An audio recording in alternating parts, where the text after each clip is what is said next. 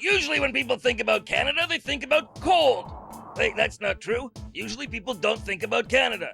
But if they did, they'd think about cold. But now they think hot.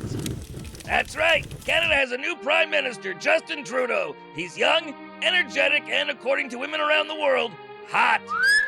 Now, when assessing the attractiveness of world leaders, remember we're grading on a bell curve. Yeah, Putin, you wrestle bears shirtless, but you still look like the villain in an 80s Stallone flick. Canada's new Prime Minister, Justin Trudeau, also speaks fluent French, which has women around the world thinking about a foreign tongue. Yeah, I went there. And so, to shamelessly exploit the current interest in Canada's new Prime Minister, here are 10 facts about Justin Trudeau. The last one is a real doozy. Justin Trudeau was born on Christmas Day, which is appropriate for a man Canadian Liberals view as the second coming. Justin is the son of one of Canada's most famous prime ministers, Pierre Trudeau, the father of modern Canada, who, among other things, was responsible for inviting in waves of immigrants, giving Canada its multicultural flavor, and bigots someone to blame things on. It's first time the offspring of a prime minister has become prime minister himself, which is one reason Canadians are excited. Like, imagine if a US president had a son that became president. Oh, never mind. When he was still just an elected member of parliament, Justin took part in some early steps towards government transparency by stripping. He did it to support a breast cancer charity, but he didn't do the full Monty, which is strange because politics is all about pulling it out to see whose is bigger. In the US, it's Hillary Clinton. Not that Justin hasn't made some mistakes of judgment along the way. Look at that facial hair.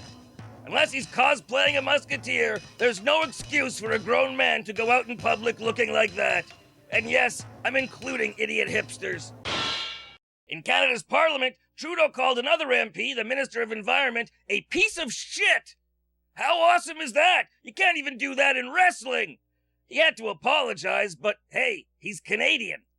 To benefit cancer research, Trudeau agreed to fight this guy, Conservative Senator Patrick Brazeau, in a boxing match, which looked less like David versus Goliath than Godzilla versus Bambi.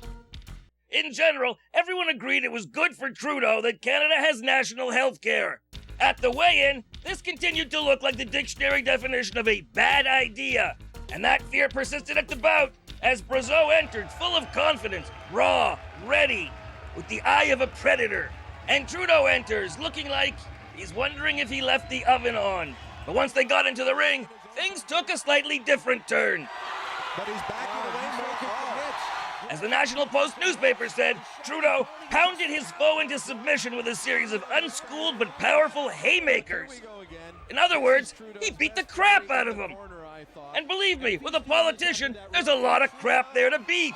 And it's done. Did not even go to the end. Not even close. Sure, Putin, you're tough when you're up against fish, but how about an opponent who can fight back? Trudeau wasn't initially interested in running for prime minister so early, but he was begged by party officials to seek leadership of the Liberals when the ruling Conservatives beat the party like an old rug. Entering the election, Conservatives threw everything they could at Trudeau, criticizing his youth, taking statements out of context, questioning his intelligence, which compared to the average day on Twitter doesn't sound so bad. Though the Tories made this the first election to weaponize hair. Being prime minister is not an entry-level job. Nice hair, though.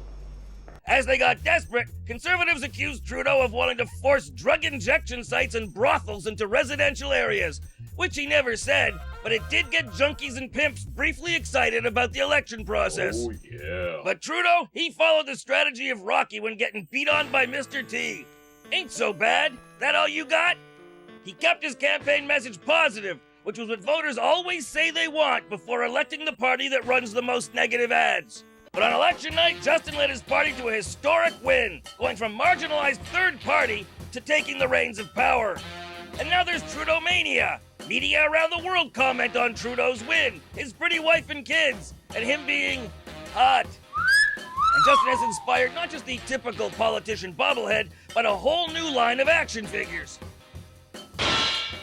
Among the new Prime Minister's stated promises are better environmental policies, investing in infrastructure and transit, and legalizing and taxing marijuana. Hey, Canada's flag already sports a leaf. This may be a tactical error, though, since next election, all the people who voted for Justin because of his pot policy will be giggling and eating Cheetos instead of going to the polls. But that's 4 years from now, and now that the election is over, it's finally okay to reveal the secret advisor behind Justin's massive landslide win. Yep, it was me. Yep, Justin asked me what I would recommend for his campaign strategy. I told him, and he did the complete opposite. I consider that expert guidance. My political services are now available to the highest bidder, but please, no crackheads.